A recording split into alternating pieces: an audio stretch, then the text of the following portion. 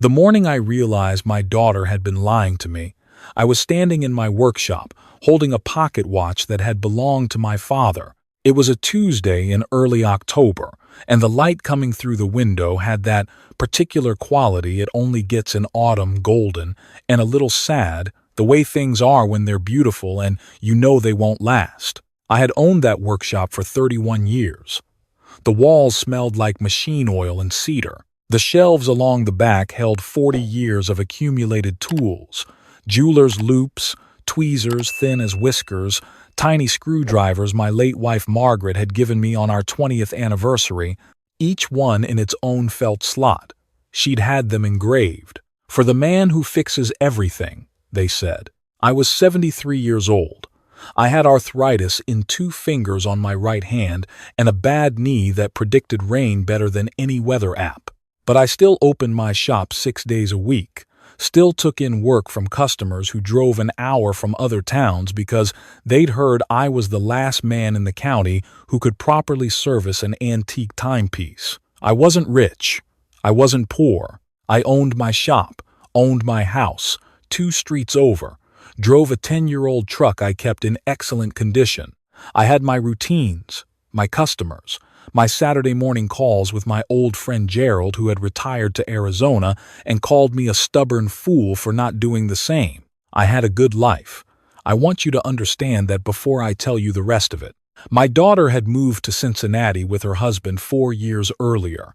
He worked in commercial real estate, the kind that involves a lot of optimistic projections and not always a lot of follow-through. My daughter was smart and warm and had her mother's eyes, and I loved her without condition. When Margaret died 6 years ago, it was my daughter who sat beside me in the hospital and held my hand and didn't try to fill the silence with words. That was the daughter I knew. What I didn't know, what I only began to piece together that October, was that her husband had made some bad investments, several of them.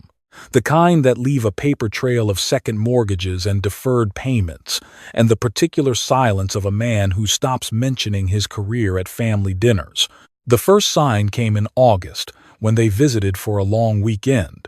Nothing alarming. They admired the house. Her husband walked through the rooms slowly, the way people do at open houses, pausing at doorways. I noticed it but didn't attach any meaning.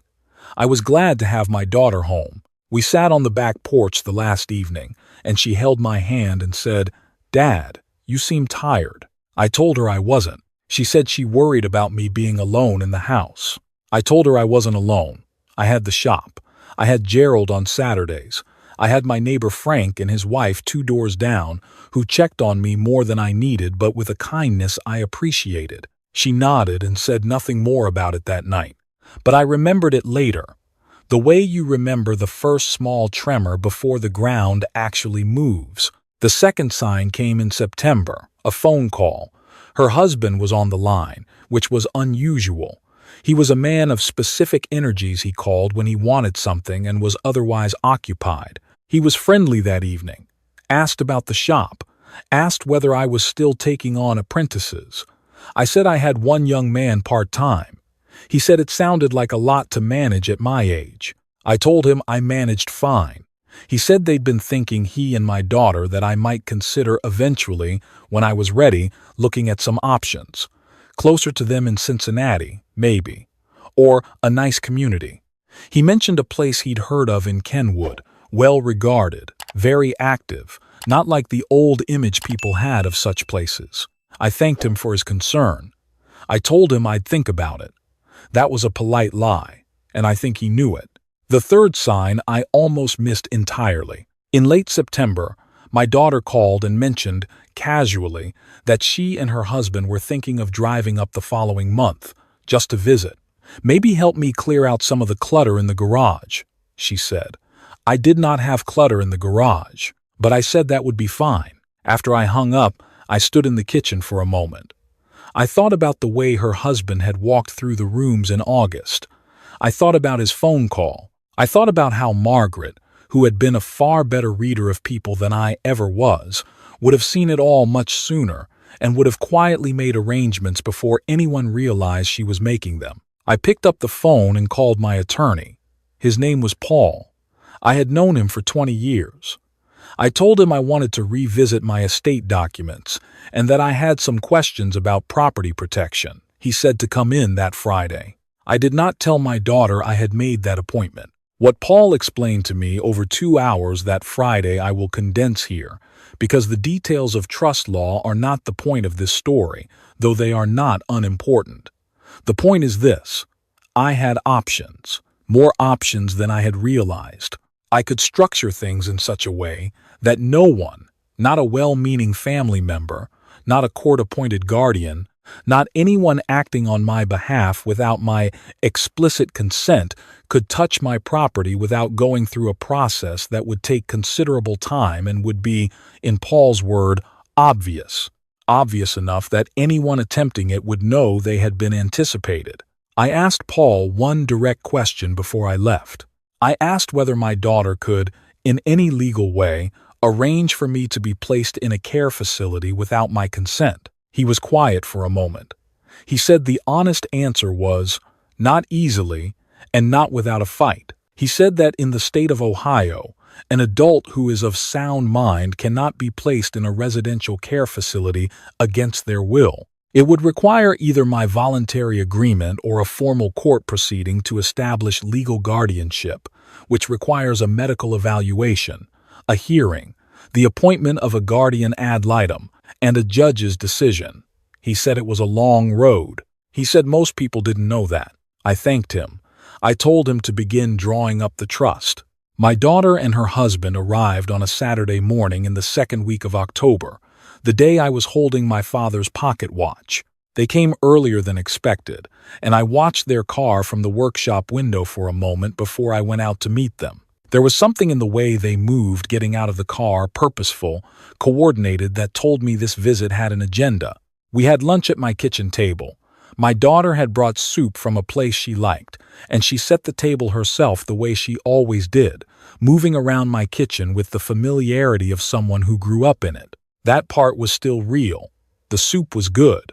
We talked about ordinary things for a while, and I was glad for the ordinary things. Then her husband set down his spoon and said that he and my daughter had been doing a lot of thinking and talking, and that they wanted to have an honest conversation with me. I told him I was listening. He said they were concerned, not just as family, but practically concerned. The house was large for one person. The shop involved physical demands. The winters here were difficult. They had done some research on a community in Kenwood, the same one he had mentioned on the phone, and it was, by every measure, exceptional. Active residents, scheduled activities, medical staff on site. He made it sound like a resort. I looked at my daughter. She was looking at the table. I asked her what she thought. She looked up.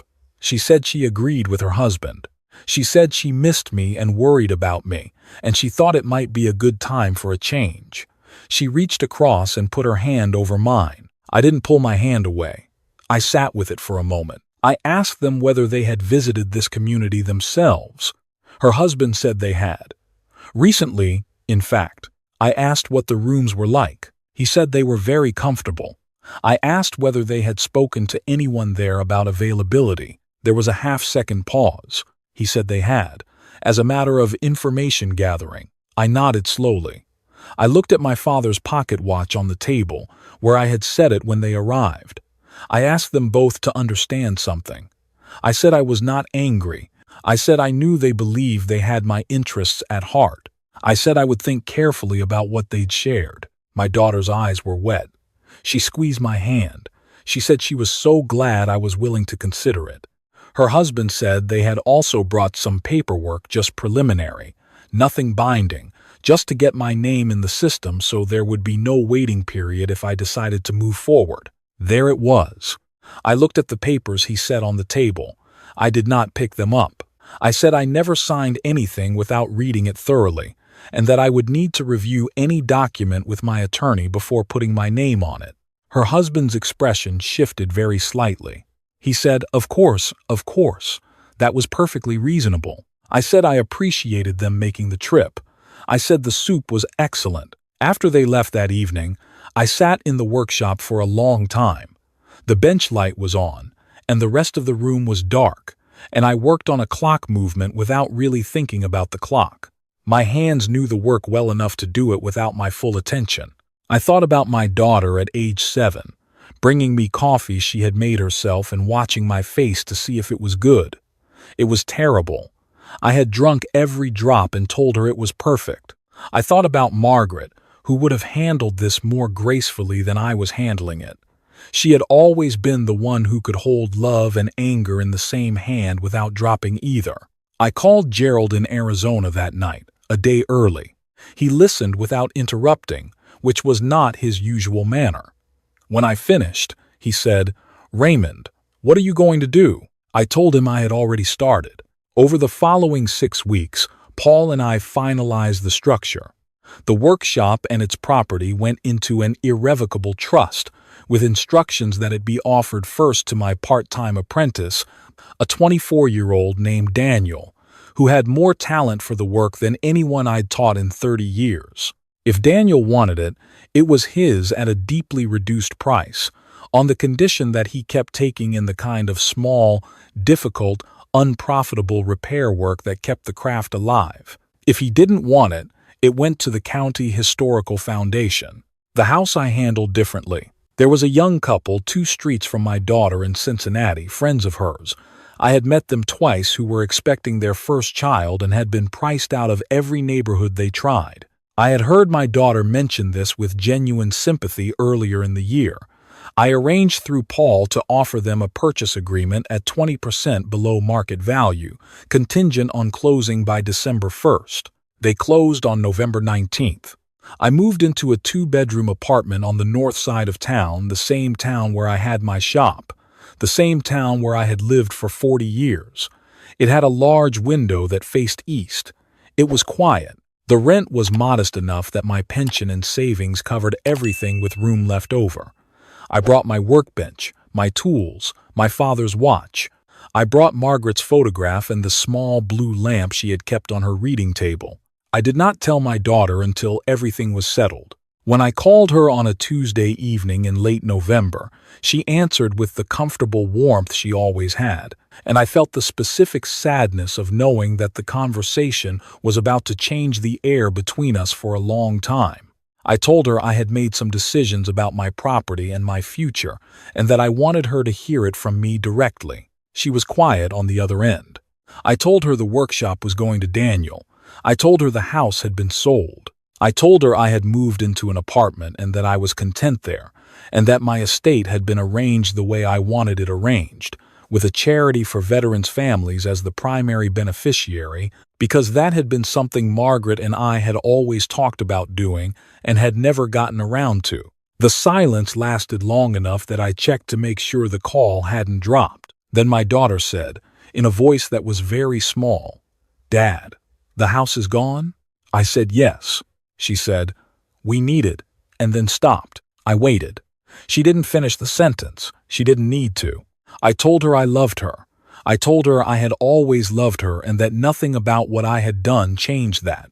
I told her that I understood that she and her husband were in difficult circumstances and that I was sorry for that, genuinely.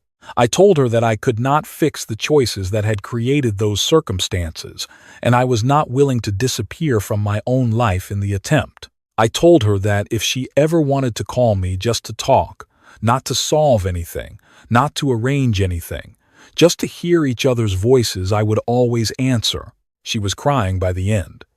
I stayed on the line until she said goodnight. I sat for a while after that in my new apartment with the east-facing window. The street below was quiet. A light snow had started, the first of the season, the kind that barely sticks and is gone by morning. I watched it fall past the street light. I thought about all the things my father's pocket watch had survived. It had been made in 1923. It had survived a house fire, 2 cross-country moves, being lost for 3 years in a box in a relative's basement, and the careless pockets of several generations of men who didn't fully appreciate what they were carrying.